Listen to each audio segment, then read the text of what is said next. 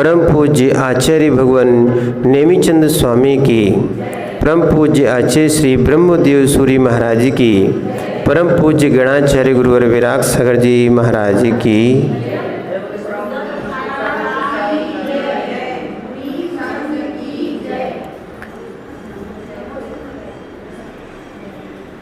भूचेतनात्माओं, आचार्य भगवान नेमिचंद स्वामी ने यहाँ पर द्रव्य की बात कही थी और वहाँ शुद्ध द्रव्य की बात कही थी। शुद्ध द्रव्य में ये भी बताया था कि जीव, पुद्गल, धर्म, अधर्म, आकाश, काल, ये सब शुद्ध भी होते हैं, पर चार द्रव्य जो हैं, कौन सा? धर्म, अधर्म, आकाश, काल, ये शुद्ध ही होते हैं। ठीक है, अगर द्रव्य दृष्टि से देखा जाए तो जीव शुद्ध ही है। कैसा है? शुद्ध ही है। पर पर्याय दृष्टि से देखा, आप अभी पढ़ चुके हो आगे शायद, निश्चय ने भी शुद्ध निश्चय ने और अशुद्ध निश्चय ने, तो यहाँ रागादि परिणाम जो है वो अशुद्ध निश्चय ने कहा है। ये भी वास्तविकता में कर्मजन्य है। कैसे है ना? कर्मजन्य। जब तक कर्म सापेक्ष रहोगे तब तक शुद्ध नहीं कहलाओगे। आपने आलाप पद्धति पढ़ी है, और आलाप पद्धति में द्रव्यार्थिक नयों में एक कुछ चीज़ आई है, मालूम है ना? क्या है? कर्म सापेक्ष अशुद्ध द्रव्यार्थिक नय यथा क्रोधादि भाव कर्मात्मा। तो यानी जो क्रोधादि भाव है ये अशुद्ध द्रव्यार्थिक नय है, पर शुद्ध द्रव्यार्थिक नय से संसारी जीवा शुद्ध साधक शुद्धात्मा। पर कर्म निरपेक्ष करके कहोगे तब शुद्ध दिखेगा। इसीलिए यहाँ पर आचार्य महाराज पहले उनने दोनों बातें लिखी हैं। कर्म निरपेक्ष पहले लिखा है, उसके बाद कर्म सापेक्ष लिखा है। तो जब कर्म सापेक्ष होता है, कर्म की अपेक्षा, कर्म की अपेक्षा कर्म सापेक्ष और कर्म से रहित यानी जीव समास, मार्गणा और गुणस्थान, ये अशुद्ध में पाए जाते हैं। अशुद्ध नया, अशुद्ध नय से जीव में पाए जाते हैं। किस में पाए जाते हैं? अच्छे समझना। अगर कोई कहे कि अशुद्ध नय नहीं है या मार्गणा और गुणस्थान नहीं है, पर ध्यान रखना एकांत से बोलेगा तो गलत हो जाएगा। इसीलिए शुद्ध नय से जीव शुद्ध है और अशुद्ध नय से जीव मार्गणा गुणस्थान वाला है। जीव शुद्ध भी होता है और अशुद्ध भी होता है। पर एक और ध्यान रखना, कभी जीव शुद्ध होने के बाद पुनः संसार में लौटकर नहीं आता। क्या है? नहीं तो अन्य दर्शनों में कहा गया है कल्प काल के बीतने पर भगवान पुनः संसार में अवतार लेते हैं। तो इसीलिए समंतभद्र स्वामी ने रत्नकर्ण श्रावकाचार्य, आगे आप पढ़ते जाओगे तब उसमें निकलेगा ये विषय कि काले कल्प सते पीछा, कितने कल्प काल भी बीत जाएं फिर भी शुद्ध जीव अशुद्ध नहीं होगा, संसार में लौट के नहीं आएगा। 10वें अध्याय में भी कहा है कि उनके कर्म का बंध क्यों नहीं होता, कर्म का बंध क्यों नहीं होता, वो कैसा होता है? तो दग्ध बीजवत, जले हुए बीज के समान, जली हुई रस्सी के समान। जैसे जली हुई रस्सी तो दिखती है पर किसी को बांधने में समर्थ नहीं है, ऐसे ही जिस जीव के कर्म जल जाते हैं, नष्ट हो जाते हैं, फिर वो कर्मों को, अन्य चीज़ों को बांधने में समर्थ नहीं होते हैं। ठीक है ना? तो इसीलिए उनकी योग्यता ही नहीं है। उपशम करने वाला जीव पुरुषार्थ ही कहलाता है, वो आगे बढ़ता है। हमें अपनी कसायों को, हमें अपने कर्म को, हमें अपने उदय में आने वाले कर्म को उपशम करना चाहिए। क्या है? यदि क्रोध आया, ये पूर्व कर्म से बंधा हुआ कर्म था, और कर्म के आवेग में जैसे ही क्रोध आया हम क्रोधित हो गए, जैसे मान आया हम मान में आ गए। क्या है? देखो, समय सार में एक गाथा ही है, कोह जुत्तो कोहो माड़ो जुत्तो माड़वे वादा, माया युत्तो माये लोहो युत्तो हवदी लोहो। ये आचार्य महाराज कहते हैं, आत्मा जो है जिससे युक्त होती है वो वैसी होने लगती है जैसे स्फटिक मणि। स्फटिक मणि के पीछे जो जो कलर आता है, पुष्प रख दिया जाता है, स्फटिक मणि उस कलर में दिखने लगती है। ऐसी इस आत्मा में जैसे जैसे कर्म आते हैं वैसे वैसे भाव बनाते जाते हैं। और मान लेते हैं क्रोध से युक्त होने से मैं क्रोधी हूँ। वैदिक रामायण से बोल रहे हैं अभी हम। किससे बोल रहे हैं? वैदिक रामायण से। तो उन्होंने धोबी के कहने में आके सीता को निकाला था ना। उस समय राम नहीं बोल रहे थे, राम के ऊपर धोबी सवार था।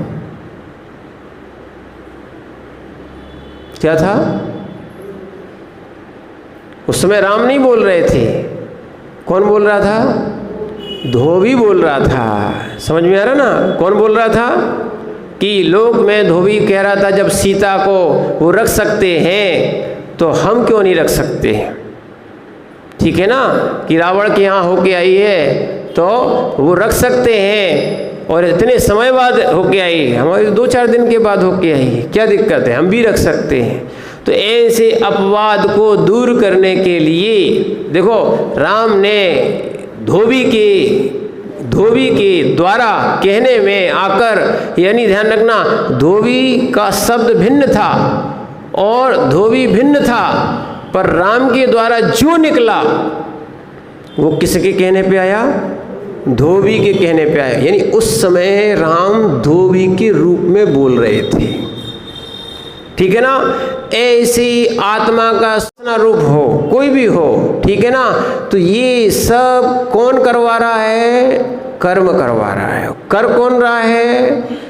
तो उदय किसका चल रहा है? कर्म का। यानी ध्यान रखो, पुद्गल जैसा जैसा नचा रहा है वैसा तुम नाच रहे हो। कर्म क्या है? पुद्गल है। कर्म क्या है? पुद्गल है। ध्यान रखना, जबकि एक मदारी पुद्गलों को नचाता है। यानी किसको नचाता है? पुद्गल यानी कठपुतली। एक मदारी अपनी उंगलियों से किसको नचाता है? कठपुतलियों को नचाता है। ये तो समझ में आता है कि एक जीव द्रव्य पुद्गलों को नचा रहा है, पर ये अज्ञानता है, ये मिथ्या ज्ञान है। यही मिथ्यात्व है कि पुद्गलों के कर्मों के उदय में आके जीव हर्ष विषाद करता है।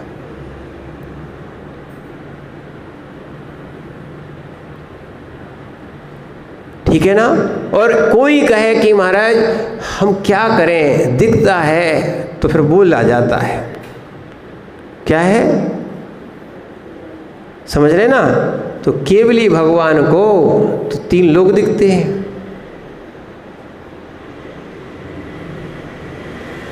केवली भगवान को क्या होता है? भगवान को तो सब दिख रहा है। क्या है? ये तो कर्म की स्थितियां हैं। कोई रो रहा है, कोई हंस रहा है, कोई गरीब है, कोई अमीर है, ठीक है ना, कोई मिथ्यात्व में पड़ा है, कोई हिंसा कर रहा है, कोई चोरी कर रहा है, यानी सब अपन को दिख रहा है। ये सब उसको कर्म करा रहा है, और अज्ञानी होके वो गाली भी दे रहा है, सब कुछ कर रहा है। और एक ज्ञानी जीव ये स्थितियों को देखकर आनंद में बैठा है कि देखो कर्म जीव को जैसा नचाता है वैसा जीव नाच रहा है। समझ रहे हैं ना आप बात को? क्या है? पर ये कर्म जीव ने स्वयं किए हैं, इसलिए पूजा में ही पढ़ते हम, जड़ कर्म घुमाता है मुझको, यह मिथ्या भ्रांति रही मेरी, मैं राग द्वेष किया करता, जब परिणति होती जड़ केरी। और ये भी ध्यान रखना, पुद्गल नहीं, कर्म करने का भाव या कर्म जो उदय में आया है, कर्म बांधा था, वो इस जीव ने राग आदि परिणामों से ही बांधा था, स्वयं ने बांधा था। अगर नहीं किया होता तो आज उदय में नहीं आता। और हर्ष में हर्ष नहीं मनाना, विषाद में विषाद नहीं करना। ये जैन दर्शन रोने भी नहीं देता, हंसने भी नहीं देता।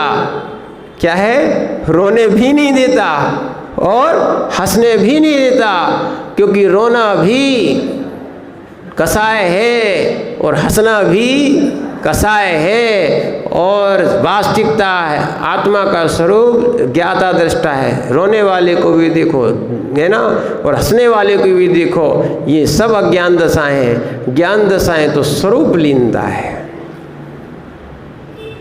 क्या है सब? और अज्ञानी जीव होते हुए कर्तृत्व भाव रखता है, कर्ता भाव रखता है। और ये हर्ष विषाद में क्या है? हर्ष विषाद में, कसाय में जीव के परिणाम ऊंचे नीचे होते हैं। मोह और योग की दशा को ही गुणस्थान कहेंगे। क्या है? और मार्गणा और गुणस्थान, ठीक है, मार्गणा और गुणस्थान। मार्गणा यानी खोज, मार्गणा यानी क्या होता है? खोज। जीव कहाँ कहाँ पाए जाते हैं, इसका नाम क्या है? मार्गणा। वास्तविकता में हम दुनिया के दृश्यों को तो बहुत देखते हैं, कम से कम अपना गुणस्थान अपन देखने का प्रयास करें। क्या है? इसीलिए अच्छा प्रकरण चल रहा है कि अभी सम्यक दर्शन का प्रकरण चल रहा है। सुबह सुबह है वो, हमने अगर मिथ्यात ना छोड़ा होता, ठीक है, या हमने अगर ऐसे मिथ्या परिणाम नहीं बनाए होते तो हमें स्त्री पर्याय में जन्म नहीं लेना पड़ता, या हम मिथ्या से सहित ना होते तो हमें पंचम काल में नहीं आना पड़ता।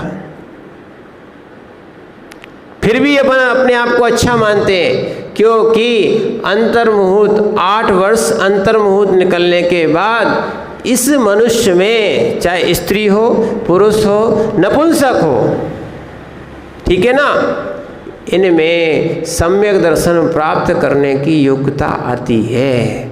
सम्यक दर्शन का अर्थ बताया ना, सच्ची श्रद्धा। क्या बताया था आज? सच्ची श्रद्धा। इसको क्या बोलते हैं? सम्यक दर्शन। सच्चा ज्ञान, इसका अर्थ है सम्यक ज्ञान। और सच्चा चारित्र, क्या है? सच्चा चारित्र, इसका नाम क्या है? सम्यक। समास भी कितने होते हैं? 14 अपन ने देख लिए थे ना। तो समास इसलिए कहे थे कि संक्षिप्त में है, समास संक्षिप्त में 14 बताए थे। अब गुण स्थान और मार्गणा स्थान भी 14 होते हैं, और ये सब अशुद्ध नय से होते हैं। ये बिल्कुल धारणा में बना के रखना, जो भी हम देख रहे हैं, जान रहे हैं, जीव समाज को, गुण स्थान को, मार्गणाओं को, ये सब अशुद्ध नय से बोल रहे हैं। किससे बोल रहे हैं? वास्तविकता में शुद्ध नय में कोई मार्गणा गुणस्थान नहीं है शुद्ध जीव में। क्योंकि ध्यान रखना, 2 कथन आएंगे, एक तरफ जब आप सिद्धांत ग्रंथ को पढ़ोगे, इसमें सब गुण स्थान की बात आएगी, सब भावों की बात आएगी, करणान योग में और परिणामों की बात आएगी। और यहाँ समय सार जब आपका अध्ययन हो जाएगा तो उसमें 50वीं 49वीं गाथा से ये सब शुरू हो गया है। ना गुण स्थान है, ना मार्गणा स्थान है, ना जीव समास है, कुछ नहीं है, न लिस्याँ हैं, कुछ नहीं है जीव में। बात समझ में नहीं आती। एक तरफ कहते शास्त्र कहते हाँ है, एक तरफ कहते नहीं है। और द्रव्यान योग जब भी कोई पढ़ेगा उसको शुद्ध का कथन मिलेगा। इसीलिए ये द्रव्यान योग का प्रवेश ग्रंथ है। कौन सा? द्रव्य संग्रह। ये आपको पहले ही बता रहा है, पहले ही आपको खोल रहा है। अच्छा हुआ आपको ये सुनने मिल गया, द्रव्यान योग में ये सब सुनने मिल गया कि वो सब जो कहा जाएगा सिद्धांत में वो गलत नहीं है, वो अशुद्ध नय से है और शुद्ध नय से, क्योंकि वर्तमान में हम अशुद्ध नय से हैं। कैसे हैं? संसारी हैं तो कैसे हैं? अशुद्ध नय से है। जीव संसारी है तो अशुद्ध नय से है। और अन्यथा अगर योग्यता की दृष्टि से देखा जाए तो जीव शुद्ध है। कर्म निरपेक्ष करके देखा जाए तो जीव कैसा है? शुद्ध है। और कर्म सापेक्ष देखा जाए तो कैसा है? दोनों बातें सही है, इसमें कोई विरोध नहीं है, पर दोनों अपनी जगह कैसे हैं? सही है। दोनों अपनी जगह। देखो, निश्चय व्यवहार का विरोध नहीं करता, व्यवहार निश्चय का विरोध नहीं करता, पर विरोध होता है। क्या है? क्योंकि निश्चय व्यवहार नहीं है, व्यवहार निश्चय नहीं है। ऐसे ही निश्चय और व्यवहार दोनों एक ही वस्तु के पक्ष हैं। एक शुद्ध दृष्टि से बात कर रहा है, एक अशुद्ध दृष्टि से बात कर रहा है, ठीक है, पर है भी विपरीत, फिर भी एक। दोनों मित्र हैं, लगता है शत्रु है। इसको और अच्छे से समझो। जैसे कि कोई दो मित्र खेलते हैं, ठीक है ना, तो अगर खेलने में देखा जाए फिर मित्रता नहीं है। क्या नहीं है?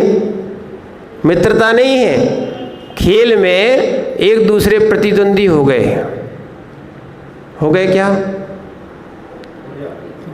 हो गए क्या? प्रतिद्वंदी हो गए ना। हाँ, अगर वो उसके अनुसार चलेगा तो खेल नहीं सकता, है कि नहीं?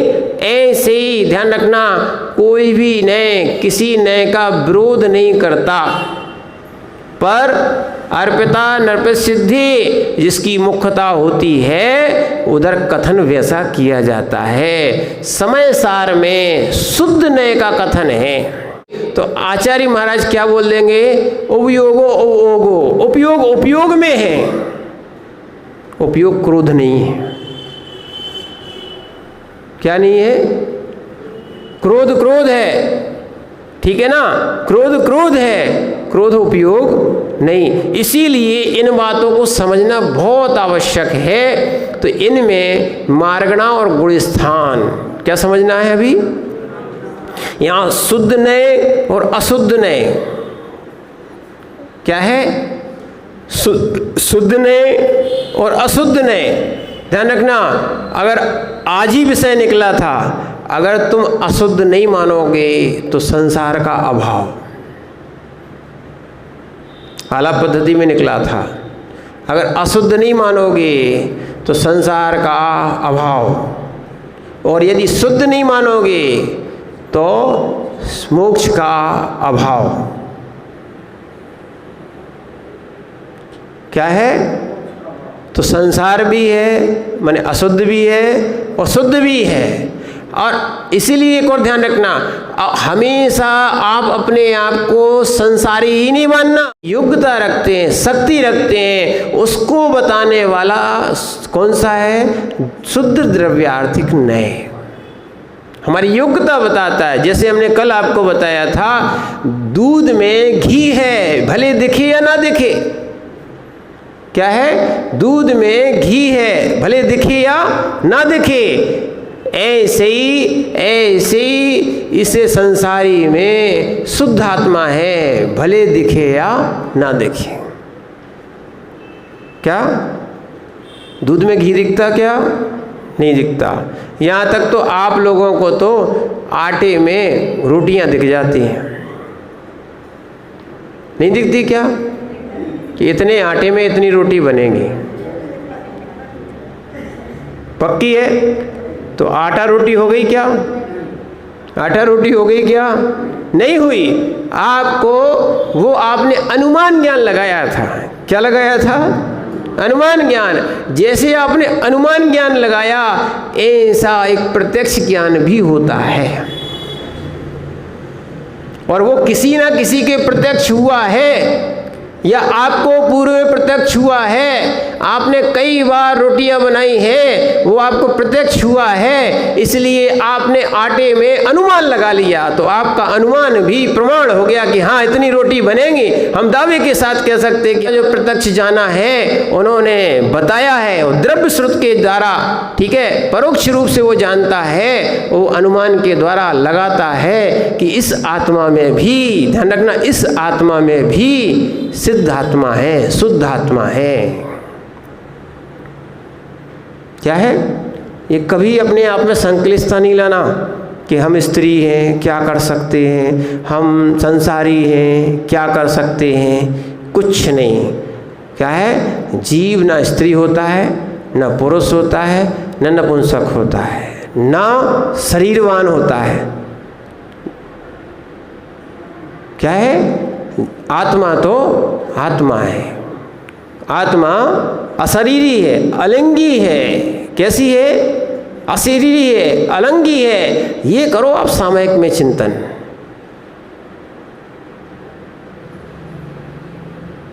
क्या है? ये सब मांस के पिंड है, मल का पिंड है। शरीर कैसा है? ये असुचि भावना भाव ना आप। क्या है? मांस का पिंड है, मल का पिंड है, और हमारी कैसी अज्ञानता है। इन मांस के पिंड और मल के पिंडों को हम अनादि काल से ग्रहण कर रहे हैं, इच्छा रख रहे हैं, आ जाए आ जाए आ जाए। इंद्रिय सुख मिल गया, थोड़ा परिवार का वात्सल्य मिल गया, प्रेम मिल गया, तो आपने बहुत अच्छा मान लिया, आपको हम सुखी हैं महाराज, और ये चला गया तो हम दुखी हैं। कर्मजन्य अवस्थाएं। आपने शुद्ध स्वरूप को जाना ही नहीं है, समझा ही नहीं है। ऐसे शुद्ध स्वरूप को भी जानो। और ध्यान रखना, कहीं भी कोई भी देश में लड़ाई हो, यहाँ की घर की भी लड़ाई हो, पड़ोसी की भी लड़ाई हो, ध्यान रखना वो तुम्हारा स्वरूप नहीं है। उसके कारण परिणाम खराब क्यों करो, नहीं तो गुणस्थान खराब हो जाएंगे। गुणस्थान खराब हो जाएंगे तो आपको मारगणाओं में जाना पड़ेगा। कहाँ जाना पड़ेगा? मारगणाओं में जाना पड़ेगा। फिर ढूंढना कि वो जीव कहाँ है। समझना अच्छे से। आपके जो जो संबंधी हुए हैं, माने हैं वर्तमान में जो जो संबंधी हैं, अब मार्गणा से ढूंढना पड़ेगा ये कहाँ कहाँ से आए हैं। ठीक। और जैसा जैसा कर्म बंद कर रहे हो, सब एक साथ जाने वाले भी नहीं है, सब एक जगह जाने वाले भी नहीं है। जैसा जैसा कर्म करोगे वो वहाँ वहाँ चले जाएंगे। वो दिग्देशेभ्यः खगायते संवसन्ति नगे नगे, जैसे पक्षी आते हैं बैठते हैं, जैसा जैसा जिसको होता है वो चला जाता है। ऐसे सारे संबंध के पीछे हम हर्ष विषाद करें क्यों?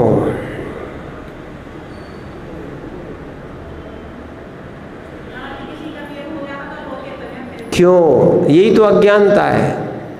ध्यान रखना शैलेश भैया, खूब रो लो। बहुत बढ़िया। लोग कहेंगे, है ना, कोऊ का क्या है, अपने आप रो रहे हो तो राग दशा, और लोग की सुनो सुनो, लोग की दशा से रो रहे हो, ध्यान रखना इसको, सबसे लोग की दशा से रो रहे हो तो ये तुम्हारी अज्ञानता। क्या? तुम्हारी अज्ञानता, क्योंकि असाता कर्म तुम्हें बंध रहा है, दूसरों को नहीं बंध रहा है। क्या? यही तो ध्यान रखना, ये आप असाता कर्म में जाओ, दुख शोक तापा क्रंदन वद परिदेव नान्यात परोभय स्थानान सद्वेदस्य, ऐसा रोना कि सामने वाला दूसरा देख के रो जाए, ऐसा चेहरा बनाना कि सामने वाला दूसरा देख के रोने लगे, ये भी असाता कर्म के बंध का आश्रव का कारण है। 6वें अध्याय में लिखा है,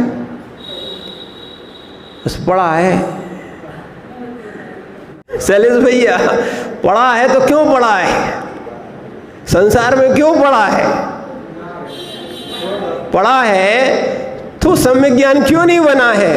क्यों पढ़ा है तुमने कि हम दूसरे के कहने में रोएंगे? अरे भैया, वो कहेंगे रो रहे हो, अरे देखो संयोग वियोग संसार का स्वभाव है, इस स्वभाव को बदल नहीं सकते हो तो क्यों रोएं? हम दूसरे के कारण असाता कर्म का बंध क्यों करें? यही तो मिथ्यात्व है, अज्ञानता है, मोह भी मिथ्यात्व है। अभी तक तो आपको द्रव्य मिथ्यात्व की बात कही कि जो कुदी कुसास कुगुरु है, कुलिंग वाले हैं, इनको नमस्कार नहीं करना। एक और ध्यान रखना, मिथ्या यानी धारणा, सत्य तो ये बताएं मिथ्यात्व क्या है? दर्शन मोह। क्या है?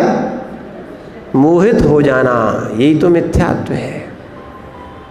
चाहे जीव से मोहित हो जाना, अन्य जीवों से, चाहे पुद्गलों से मोहित हो जाना, चाहे इंद्रियों से मोहित हो जाना, है ना, इंद्रियों को सुख मान लेना, सब अज्ञान दशा मिथ्यात्व है। अनुराग और मोहित होने में क्या अंतर हो जाएगा? जैसे पंच परमेष्ठियों के प्रति अनुराग हो रहा है, ठीक है। देखो, नहीं कहो तो नहीं कहो, कहना तो आपको सत्य पड़ेगा। क्या है? राग तो मिथ्यात्व है। सुनना, अब आप आओगे तो और सुनना पड़ेगा। क्या है? राग तो मिथ्यात्व है, ठीक है ना। शुभ राग भी बंध का कारण है। फिर भी वो प्रशस्त होने के कारण, हम प्रशस्त होने के कारण, पर आचार्य भगवान जब तुम समय सार और शुद्ध नय का कथन करोगे तो आचार्य महाराज कहते ही है, इसको समझना ही पड़ेगा। जब शुद्ध का कथन करोगे तो चाहे राग शुभ हो चाहे अशुभ हो, ये संसार का और बंध का ही कारण है। इसीलिए देखो, अब शुभ को छोड़ नहीं देना। एक और ध्यान रखना, क्योंकि ये बेड़ियां हैं, सीधा चाहे सोने की बेड़ी हो चाहे लोहे की बेड़ी हो, बंधन तो दोनों में है। क्या है? फिर भी अशुभ और शुद्ध को हम प्राप्त नहीं कर पा रहे हैं, इसीलिए हम शुभ को पकड़े हैं। किसको पकड़े हैं? इसीलिए बार बार समझा रहे हैं। कई लोग इस चीज को नहीं समझ पा रहे हैं। क्या है? पंच परमेष्ठि से अनुराग है तो वो शुभ है, पर राग है, राग नहीं है। और शुभ राग परंपरा से मोक्ष का भी कारण है। क्या है? सम्मा इट्ठी पुण्यम, सम्यक दृष्टि जीव का पुण्य ना होई संसार कारणम नियमा। वो संसार का कारण नहीं है, मोक्षस होई हो, मोक्ष का ही हेतु है। जई नियाण ना कुड़ई, यदि निदान नहीं किया है तो। क्या है? सम्यक दृष्टि जीव का क्या पुण्य, सम्यक दृष्टि जीव का, देखो इसलिए कह रहे हैं आपसे, सम्यक दृष्टि जीव का पुण्य या सम्यक दृष्टि जीव की प्रशस्त क्रियाएं अगर एक ही को पकड़ के बैठ गए, ये बहुत गहरी बात है। एक ही को पकड़ के बैठ गए, चाहे वो पार्श्वनाथ हो और चाहे तुम आचार्य विराग सागर जी कोई मान लो, एक ही को पकड़ के बैठ गए कि इनके अलावा किसी को नहीं मानना, यही हमारे गुरु और यही हमारे देवता। क्या है? ये भी आपका राग हो गया, शुभ से हटा दिया आपने। शुभ में आपको जहाँ जहाँ अरहंत मुद्रा थी वहाँ भगवत्ता दिखना चाहिए था, जहाँ जहाँ निर्गंथ मुद्रा थी वहाँ गुरुपना दिखना चाहिए था। की दृष्टि है कि हमारे गुरु तुम्हारे गुरु, हमारे गुरु तो दीक्षा गुरु हम मानते हैं। क्या है? हमारे गुरु तो हम ही गुरु हैं। सही बात तो ये है। क्या है? अहंकार की नहीं। क्या है? अगर देखा जाए तो यही जीव अपने गुणों से गुरु होता है और यही जीव अपने गुणों से लघु भी होता है। क्या है? इसीलिए गुरु का राग भी प्रभु का राग भी तुम्हें शुद्धने का कथन नहीं करने देगा। फिर भी जब तक शुद्ध नहीं मिला है इनको छोड़ नहीं देना, यही मान के चलना। फिर तुम हर वेदी में पूजा कर सकोगे, हर मंदिर में दर्शन कर सकोगे। नहीं तो अन्य वेदियों में मन नहीं लगता महाराज, क्या करें, माने तुम्हें वेदी में राग हो गया है, उस मूर्ति में राग हो गया है, हमें वहाँ पे मन नहीं लगता है। क्यों नहीं लगता है? वितरकता देखो ना आप, भगवान देखना है, भगवान दिख रहे हैं। देखो वही पार्श्वनाथ यहाँ है, छोटे मंदिर है, वही पार्श्वनाथ बड़े मंदिर में। भेद देखो तो भेद दिखेगा, अभेद देखो तो अभेद दिखेगा। क्या है? भगवान देखोगे तो भगवान दिखेगा और द्वेष देखोगे तो द्वेष भी दिखेगा। ध्यान रखना, विशेषता भी अज्ञानता है, सामान्य ही सामान्य है। विशेष तो पर्याय हैं। विशेष क्या है? पर्याय हैं। विशेष क्या है? पर्याय है। तुम्हें पर्यायी बनना है क्या? बस पर्याय देखना है। तुम उस पर्यायी को नहीं देखोगे, पर्याय नहीं होती, पर्यायी नहीं होता तो क्या पर्याय पूछते? छोटी बड़ी में तुम भेद करने लगे हो। ठीक है ना? भेद छोड़ो, ऐसा वाला जो मिथ्यात्व में पहुंचाए, इस भेद को छोड़ो, भेद विज्ञान जागृत करो।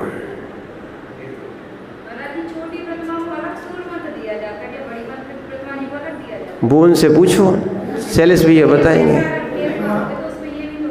ध्यान रखना, ऐसा कुछ नहीं है, सारी प्रतिमाओं के एक से संस्कार होते हैं। क्या है? हम अवगाहना अलग अलग है। ऐसे तो आदिनाथ भगवान की अवगाहना कितनी थी? 500 धनुष, तो सबसे बड़े भगवान। पर तुम, अरे नहीं ऐसा नहीं, सुनना, और बाहुबली भगवान वो तो उनसे भी बड़े हो गए। ठीक है ना? अब उसके बाद तुमने बताओ, आदिनाथ भगवान को यहाँ बड़ा बना दिया, बाहुबली भगवान को छोटा बना दिया। बताओ कैसे बना दिया? देखना, बगल में आदिनाथ भी रखे हैं, चंद्रप्रभु भी रखे कि नहीं रखे, और भी भगवान बहुत सारे रखे हैं। ऐसे ही आप बड़े मंदिर में भी जाओगे, वहाँ पूरी वेदी भरी भगवान ही भगवान से, वेदी भरी। वे भगवान नहीं लड़ रहे कि तुमने हमें बड़ा बना दिया, उन्हें छोटा बना दिया। वे कोई नहीं लड़ रहे कि हम तो 23वें नंबर के थे, उनको पहला मूल नायक बना दिया, और बाकी जो पहले दूसरे तीसरे नंबर और थे उनको तुमने आजू बाजू रख दिया है। ये तो भेद तुम्हारे अंदर है, संसारी के अंदर ये भेद है, भगवान के अंदर गुणों में कोई भेद नहीं है।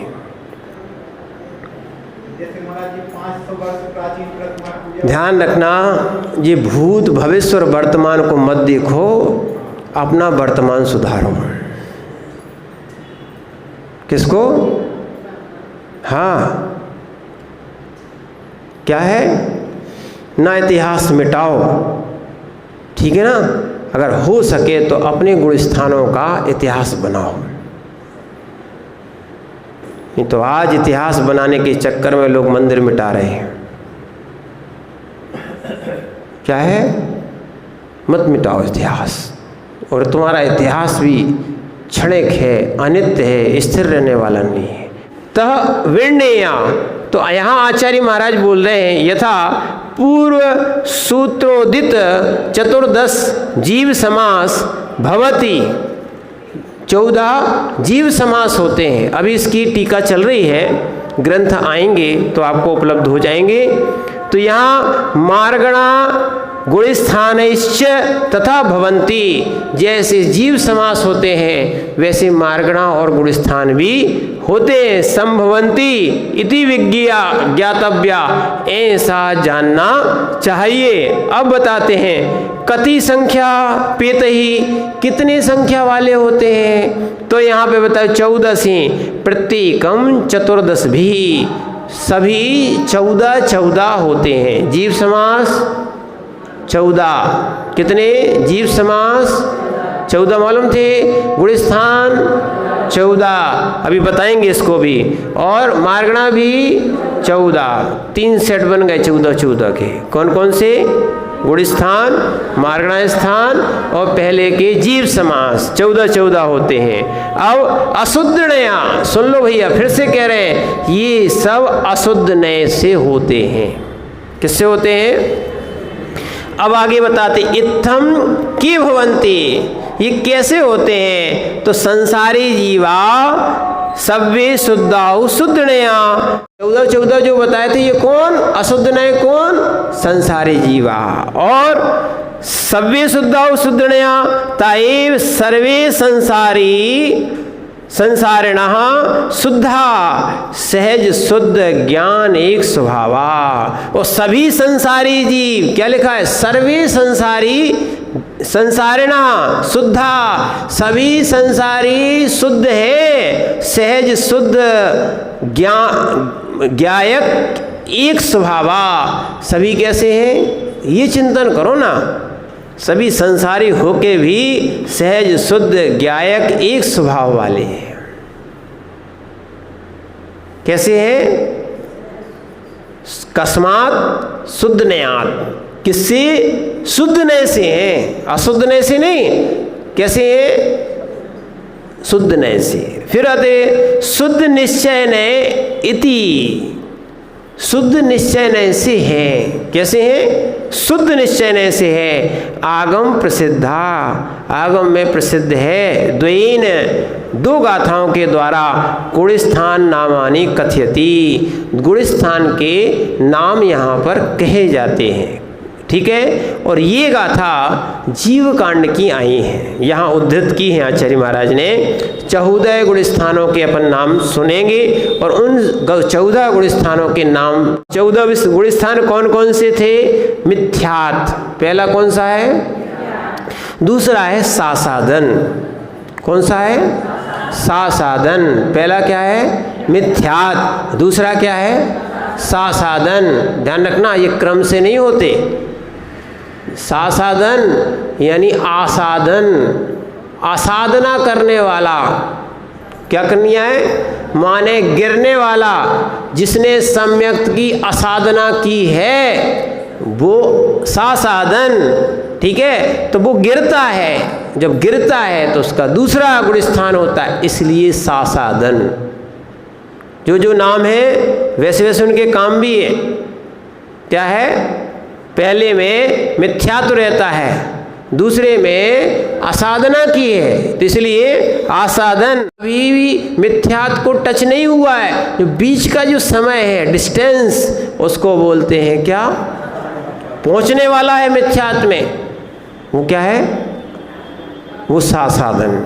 ठीक है ना, बीच की अवस्था। मिश्र, तीसरा गुणस्थान कौन सा है? मिश्रो, यानी मिश्र, यानी सम्यक्त भी है और मिथ्यात्व भी है। जैसे दही और गुड़, न खट्टा न मीठा। क्या है? न दही का स्वाद आता, न गुड़, माने गुड़ का ही पूरा स्वाद आता, खटमिट्टा आता है। कैसा आता है? खटमिट्टा। ऐसे ही वो एक सम्यक्त को भी मान रहा है और मिथ्यात्व को भी मान रहा है। ऐसी जिसकी अंतरंग में दोनों तरफ की बातें हैं, तो वो क्या है? एक विनय मिथ्यात्व भी होता है, पर वो सासाधन, तो ये मिश्र वाला गुणस्थान थोड़े समय का है, पर विनय मिथ्यात्व बहुत लंबा चलता है। वे कहते हैं हमारे भगवान भी भगवान है, दूसरे भगवान भी भगवान है। बैठ जाओ, बैठ। क्या है?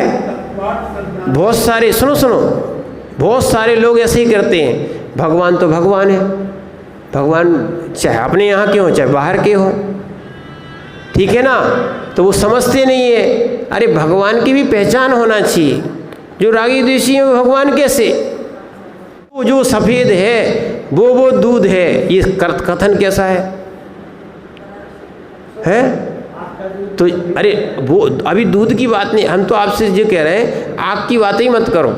जो सफ़ेद है वो दूध है। क्या दूसरा उदाहरण नहीं लोगे क्या? तो तुम्हारी शर्ट भी दूध हो गई, ये भैया जी के कपड़े दूध हो गए, क्या हो गए? दीवाल दूध हो गई, क्या हो गई? पेंट भी दूध हो गया। अभी आपसे एक कहो ना, तो आपने क्या कहा? सब जगह आप तो बना देख रहे हो, ये व्यभिचार दोष हो गया।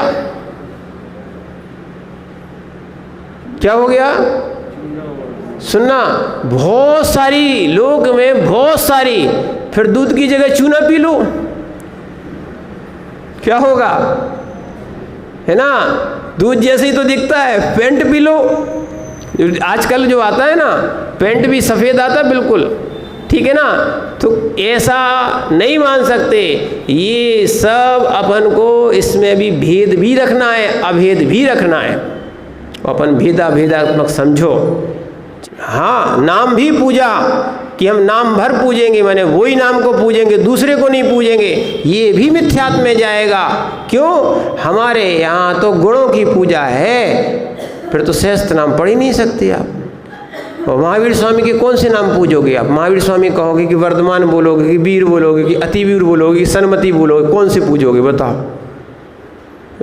एक ही भगवान के 5 नाम हैं, किसको पूजोगे? लड़ो आप। कोई सन्मति पे लड़ रहा है, कोई वर्धमान पे लड़ रहा है, कोई महावीर पे लड़ रहा है। हम तो महावीर बोलेंगे, पर उनका असली नाम क्या था? वर्धमान। आदिनाथ बोलते हो, आदिनाथ नाम ही नहीं है, वो तो आदि में, युग के आदि में हुई इसलिए आदिनाथ, पर उनका नाम क्या है? ऋषभनाथ। कौन का? ऋषभनाथ, ऋषभनाथ, ठीक है ना। इसीलिए अब अपन तो संज्ञा जो है, संज्ञा में संगी कौन बैठा है? अपन ने उन आत्मा को पूजा है, और उस आत्मा के कारण संज्ञा पूज्य हो गई है।